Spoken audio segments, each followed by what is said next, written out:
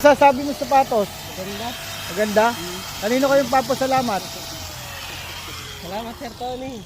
Ha? Mali ata, di ba kay Ma'am Arlene? Ay, si Mama Arlene na. Oo, mali yan. Coach, ano masasabi mo sa sapatos mo? Salamat. Oo. Yan. Ito, nakasapatos din. Interviewin natin. Brad, ano masasabi mo sa sapatos mo? Ganda, salamat po. Oh, kanino ka magpapasalamat? Mama Arlene. Okay. Ito. Lapit.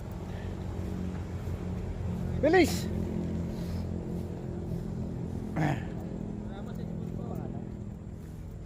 Oh, Brad, maganda ba 'yung sapatos mo? Oh, kanino ka magpapasalamat? Ha? Sir Gibson saka kay Ma'am Arlene. Okay, yung boss.